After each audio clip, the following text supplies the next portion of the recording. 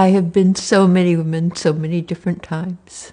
I've been a daughter, a mother, a businesswoman, a federal worker. I was 85 before I became a park ranger. I retired at 100.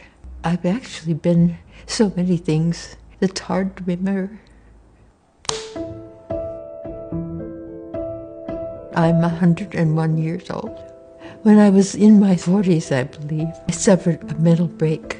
During my breakdown, I would be singing. I remembered several songs, only to find that I'd written them. Little boy black, city streets calling. They're fascinating songs. They tend to be about life as I was living it. I think that music has the power to change anything, because I could sing things that I couldn't say, but when I sang them, they were acceptable. I was discovered any number of times that I couldn't do that. I had 4 children. I wanted to be a Betty who sang. I didn't want to be a singer.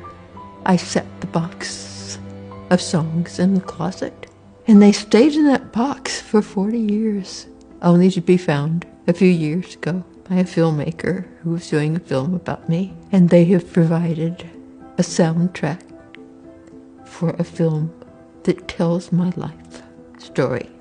When my 2 husbands and my father all died within 3 months, I was no longer to find by someone else's name. I didn't consider myself a feminist because the men in my life were suffering the same kinds of oppression that I was. It wasn't until the 90s that I began to take on feminism as a role for me.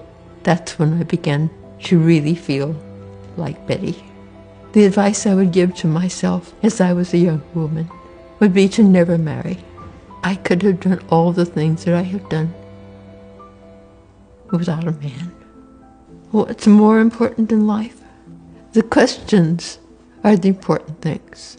Each time they get asked, there's a different meaning because you've grown so much from the last time you asked it. The answers are only temporary.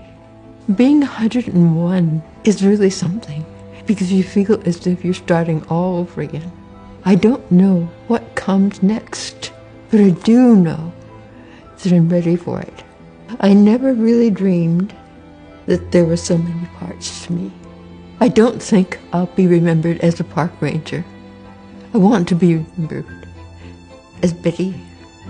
My name is Betty, and this is my brief but spectacular take on signing my name to freedom.